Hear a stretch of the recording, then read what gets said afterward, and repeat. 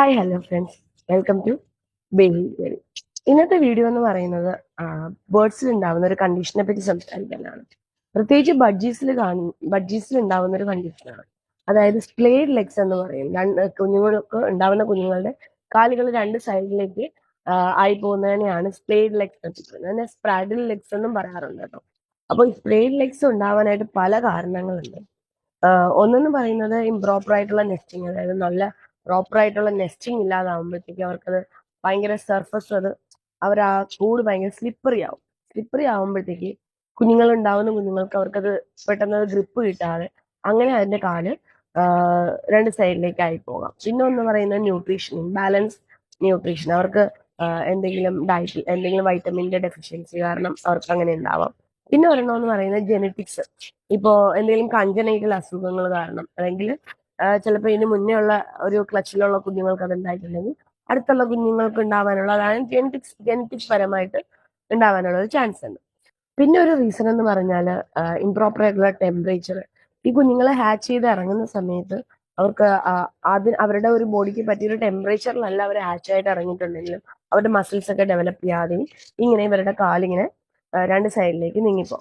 അപ്പൊ ഞങ്ങൾക്ക് ഇതിനു മുന്നേ ഒരു പ്രാവശ്യം രണ്ട് കുഞ്ഞുങ്ങൾ ഉണ്ടായപ്പോൾ അതില് രണ്ട് കുഞ്ഞുങ്ങൾക്ക് ഇതുപോലെ സ്പെയിൻ ലെഗ്സ് ഉണ്ടായിട്ടു. പക്ഷെ നമുക്ക് അന്ന് നമ്മൾ ഇതിനെ പറ്റിയിട്ട് വലുതായിട്ട് സെർച്ച് ചെയ്തിട്ടില്ല, അല്ലെങ്കിൽ അതിനെപ്പറ്റി എന്ത് ചെയ്യണമെന്നുള്ള കാര്യങ്ങളൊന്നും ഞങ്ങൾ അത്ര കാര്യമായിട്ട് എടുത്തിട്ടില്ല. അപ്പൊ അതിൽ ഒരു ബേർഡ് എനിക്കറിയില്ല, അത് ഓട്ടോമാറ്റിക്കലി റെഡിയായി അതിന്റെ ഒരു കാര്യം. പക്ഷെ ഒരു ബേർഡ് ഇപ്പോഴും അങ്ങനെ തന്നെയാണ് അത് സർവൈവ് ചെയ്യുന്നത്. അത് കാണുമ്പോൾ നമുക്ക് ഭയങ്കര വിഷമമാണ്. ആ ബേർഡ് അങ്ങനെ അത് സർവൈവ് ചെയ്യുന്ന കാണുമ്പോൾ നമുക്കൊരു വിഷമമാണ്.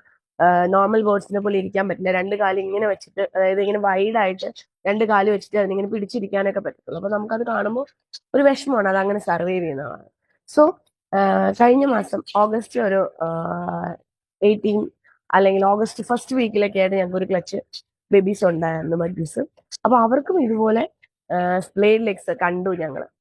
മേ ബി അതൊരു ജനിച്ച് ഒരു രണ്ടാഴ്ച, അത് വിരിഞ്ഞ് രണ്ടാഴ്ച കഴിഞ്ഞപ്പോഴാണ് ഞങ്ങളത് എടുക്കുമ്പോഴാണ് അതിന് സ്പ്ലേഡ് ലെഗ്സ് ഉണ്ടെന്ന് ഞങ്ങൾ അറിഞ്ഞത്. അപ്പോൾ ആദ്യത്തെ ബേർഡ്സിന് ഇങ്ങനെ പറ്റിയതുകൊണ്ട് ഞങ്ങൾ ഭയങ്കര കൺസേൺ ആയിരുന്നു. അതും നല്ല ഒരു ഭംഗിയുള്ള ബേർഡ്സ് ആയിരുന്നു രണ്ടും. ഒരെണ്ണം വൈറ്റ് ആണ്. ഞങ്ങൾക്ക് വൈറ്റ് എന്ന് പറയാൻ പറ്റുമെന്ന് അറിയില്ല, ഒരു ലാവൻഡർ ഷെയ്ഡൊക്കെയാണ്. അത് ഞങ്ങൾക്ക് ആകെ ഒരു ബേർഡേ ഉള്ളൂ, അതേപോലത്തെ ഒരു കുഞ്ഞായിരുന്നു. അപ്പോൾ നമുക്ക് ആകെ ഒരു വിഷമമായി, ഇതിന് സ്പ്ലേഡ് ലെഗ്സ് ആയല്ലോ, ഒന്നും ചെയ്യാൻ പറ്റില്ല. അങ്ങനെ ഞാൻ നെറ്റിലൊക്കെ സെർച്ച് ചെയ്തപ്പോൾ നമുക്ക് ഹോസ്പിറ്റലിൽ കൊണ്ടുപോയി അതിനെ സ്പ്ലിന്റ് ചെയ്യാൻ പറ്റുമെന്ന് ഞാൻ കണ്ടു.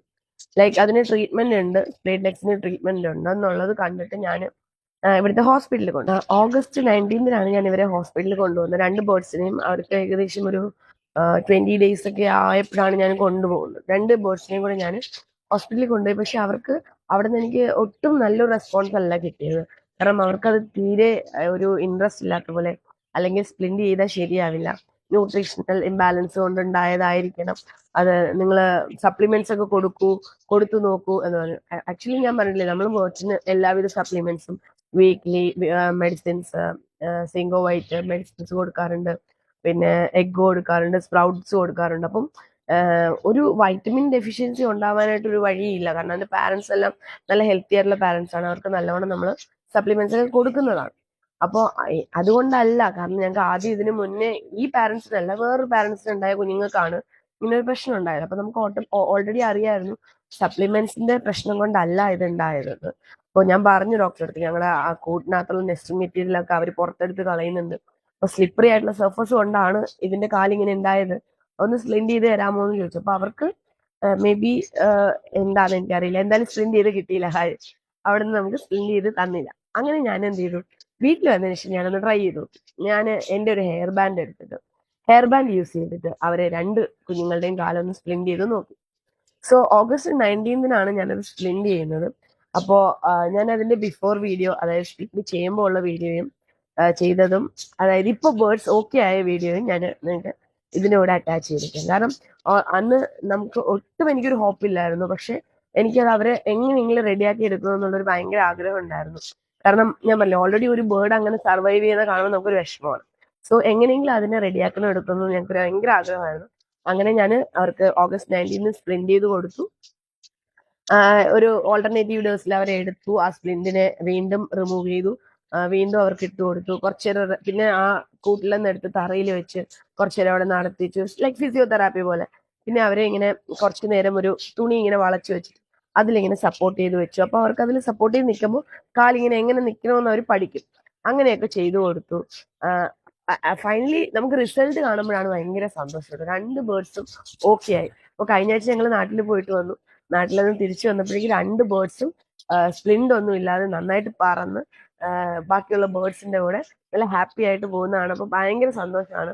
അപ്പോൾ ഇനി നമുക്ക് ഇതുപോലൊരു സ്പ്ലേ ലെഗ് എന്നൊരു കണ്ടീഷൻ നമ്മുടെ ബേർഡിന് ഉണ്ടായാൽ എങ്ങനെ ട്രീറ്റ് ചെയ്യണം, അല്ലെങ്കിൽ ആരുടെ ഹെൽപ്പ് ഇല്ലാതെ നമുക്ക് എങ്ങനെ ട്രീറ്റ് ചെയ്യാം, അതും വീട്ടിൽ നമ്മൾ യൂസ് ചെയ്യുന്ന ഒരു ഹെയർ ബാൻഡ് കൊണ്ട് എങ്ങനെ നമുക്ക് ബേർഡിനെ ട്രീറ്റ് ചെയ്തെടുക്കാമെന്ന് ഞാൻ പഠിച്ചു. അപ്പൊ അത് നിങ്ങൾക്കും കൂടെ ഹെൽപ്പ് ആവട്ടെ എന്ന് വെച്ചിട്ടാണ് ഞാൻ ഈ വീഡിയോ നിങ്ങളിലേക്ക് എത്തിക്കുന്നത്. അപ്പോൾ ഇതാണ് സ്പ്ലേ ലെഗ് എന്ന് പറയുന്ന കണ്ടീഷൻ. അപ്പോൾ ഇങ്ങനെ കാണുവാണെങ്കിൽ നിങ്ങൾ എത്രയും പെട്ടെന്ന് തന്നെ അവർക്ക് ഇതുപോലെ സ്പ്ലിൻഡ് ചെയ്ത് കൊടുക്കുക. നെറ്റിൽ സെർച്ച് ചെയ്താൽ വേറെ ഒരുപാട് വഴികൾ ഉണ്ടാവും എങ്ങനെ സ്പ്ലിൻഡ് ചെയ്യാമെന്ന്, എന്തൊക്കെ മെറ്റീരിയൽസ് ചെയ്ത് നമുക്ക് അവർക്ക് സ്പ്ലിൻഡ് ചെയ്ത് കൊടുക്കാൻ പറ്റുമെന്നുള്ളത്. നിങ്ങൾക്ക് കുറച്ച് പേർക്കെങ്കിലും എൻ്റെ ഈ വീഡിയോ കൊണ്ട് ഉപയോഗം ഉണ്ടായെന്ന് ഞാൻ വിചാരിക്കുന്നു.